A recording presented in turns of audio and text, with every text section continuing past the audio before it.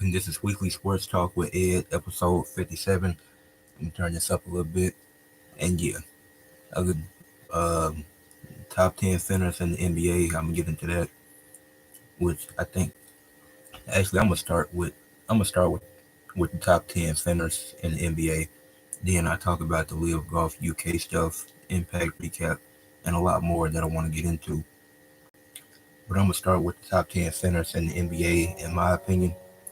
Now, a few people that aren't on this list, Anthony Davis won't be on here since he went back to playing power forward as soon as he got traded, and that's his natural position anyways.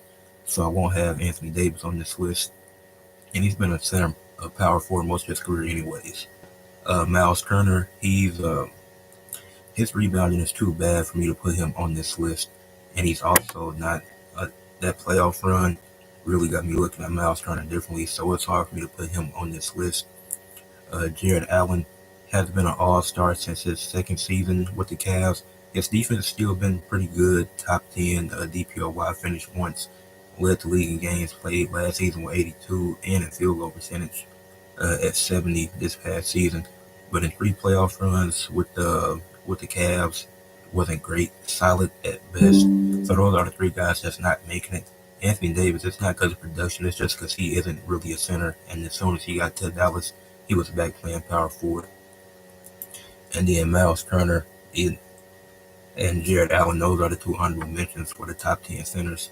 And as far as criteria goes, I think the most important things for a center is being able to be a good rebounder, being able efficiency. That's also very important. Interior defense and how well you play in the playoffs compared to your regular season. And this is just me personally. I take a 3-year sample size because I think that's the best, most accurate way for me to analyze stuff is taking that to see how well somebody progresses over multiple years and see or if they regress. So to start the list at number 10, I got Domantas Sabonis. Uh, in the last 3 seasons, been an all-star once, led the league in rebounds per game 3 times, led the league in defense rebounds twice, and made two all NBA third teams, averaged 19 and 14 last season. Now, I'm not a fan of Sabonis because I think he uses his elbow a lot in the paint. He probably uses his elbow the most in the paint as far as his post touches goes. But I can't deny that he's one of the best rebounding bigs in the game today. So he had to be on this list, but I think it's other guys that have already surpassed him over these last few seasons and being with the Kings, not really having any playoff runs to show for it. Had one playoff run with the Kings. Well, yeah, because they lost in the play-in. So he hasn't shown much to show for it after the regular season. And some of the other guys I've seen in the playoffs, seen them step it up. And some of the other guys ahead of him are just much better defenders. Because Sabonis is getting the defense rebounds, which is great. But he should be able to. He needs to provide more on defense, which he hasn't really done. And the Kings team in general hasn't done that, regardless of whose fault that is. But the Kings management has been terrible these last few years since that them getting the third seed and then them not doing nothing to improve that team. Now it's tough for them getting Jonathan Kuminga and then on nowhere that we use Keegan Murray. So the Kings are in a really weird spot. For Chet Holmgren, at number 9, I got Chet Holmgren, runner up for Rookie of the Year behind Wemby. Average 16, 18, 2 and 2 on 52, 37, and 78 splits through his first 2 seasons. Has played in all 33 playoff games, but his playoffs don't match what he does in the regular season. He's better in the regular season and his efficiency goes down come playoff time, but he's been more available. He's played in all 33 playoff games that OKC has been in these last 2 seasons with him there. But it's like his first season he missed because of and that's just a super rare incident, being injured in a rec league game that keeps you out the entire season. And then he started the season hurt last year, but once he came back, he was very productive. So I feel confident that, and he's a better defender than what Sabonis is giving you, and he's still getting 8 rebounds while playing with Isaiah Hartenstein backing him up, sometimes playing next to each other. So I got Chet at number 9. At number 8, I got Ivica Zubac. I feel like he's gotten better. He's progressed and gotten better each and every season since he's been in the league. Still don't understand the point of the Lakers trading him when we had him. But he does finish. He finished sixth in DPOY and made all defensive second team in one of these past 3 seasons. Double machine, averaging 16 and 12 this past season. 13 and 10 in his last 3 seasons, but he shot over 60% from the field in every season since being traded to the Clippers, which is very impressive. It's very important to be efficient as a big man because some big men can't do that like Miles Turner. But and then in the 15 and 10 averages since his third playoff appearance, where he finally started playing 20 plus minutes per game, when his minutes finally started going up. So he's a double machine who's getting you rebounds, who's getting you easy points in the paint, getting you efficient points in the paint, and then he's giving you good defense as well, and that's being recognized. So I feel like he has potential to be even higher on this list, even with the additions to what the Clippers have. I feel like even next season, Zubac can end up going up higher on this list, in my opinion. At at number 7, I got Alperen Sengun. Just made his first All-Star team. Was the best player on a 50-win top 3 seeded Rockets team this past season, averaging 21, 12, and 2 steals in his first ever playoff series. And that was against the Warriors, who are the most decorated team of the past decade. So doing that against one of the most decorated teams in the past decade in your first ever playoff series is very impressive. He's played in 70 plus games in 4 seasons.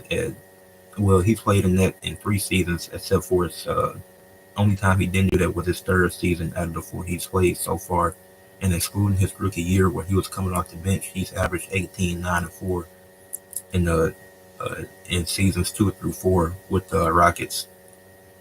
And so he's been relatively healthy. He started coming off the bench, and now he was the best player on the Rockets. They got Kevin Durant now, so now it's going to be in a second option role, which is probably better for him because the Rockets, they probably weren't like they can make the playoffs. They could be a top seed with Sengun as the first option, but you probably wasn't going to reach the conference finals with Sengun as the first option, and that's not a slight to Sengun, but it's just me being realistic. Now that they got Kevin Durant, they're selling excited with them getting off of Jalen Green and him not having to put so much pressure on Sengun. Great rebounder, double machine, pretty solid on the perimeter. Now his interior defense does need to improve. I think that's why I can only put him 7 at this point. But he has the potential to be a top 5 center in the NBA. Like I think he's gonna play even better next to Kevin Durant, and I think the Rockets gonna have 2 All-Stars this upcoming season with Kevin Durant and Alperen Sengun. At number 6, I have Bam Adebayo. Now, even though he's made 2 all-defensive teams, 2 top 5 DPOY finishes, and 2 All-Stars in the last 3 seasons, his 3-point percentage has went up to 35.7%. In 2023, helped lead the Heat to the finals. Him and Jimmy did their thing. 20 and 10 averages in 2 runs following that, and obviously some drama along with Jimmy Butler. But his 3-point percentage has went up. And then the production has still been solid, but it's just other guys that have leaked him, and his defense has still been pretty good. I don't think he made all defensive team this year, but I think it became clear that with the Heat, like obviously Bam is good, but he's not going to be a first option that's going to lead you to a championship.